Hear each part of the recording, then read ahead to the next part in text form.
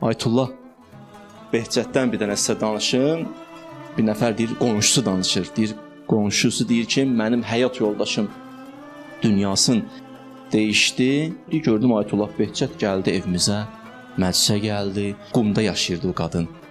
Deyir, orada da adət bu idi ki, kim dünyasını dəyişdi, quma aparırlar, xanım Məsumən hərəminə aparırlar, oradan sonra dəfn edirlər. Deyir, biz xanım Məsumən hərəminə apardıq, həyat yoldaşımı deyir, gördüm Aytullah Behçət də gəldi, namazını özü qıldı.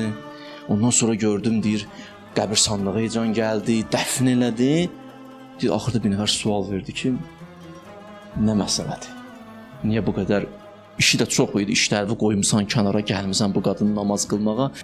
Aytullah Behçət qayıtdı ki, 40 ildir bu qadın mənim qonşumdur, 40 ildə bir dəfə də olsun bunun səsini eşitməmişim. Bir dəfə də olsun. Evdə problemi də olsa sakit. Evin problemin qonşu eşidər. Səs-küy salmaq olar. Evin problemi evdə qalmalıdır. Rəfiqəyə danış, kişi dostuna danış, ona danış, buna danış. Lazım deyil bunlar.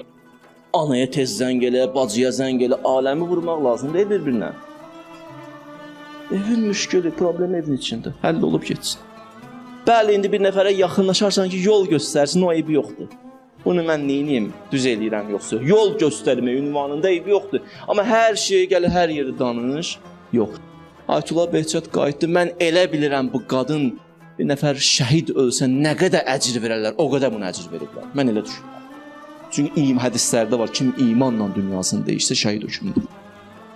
İmanla dünyasını dəyişsə.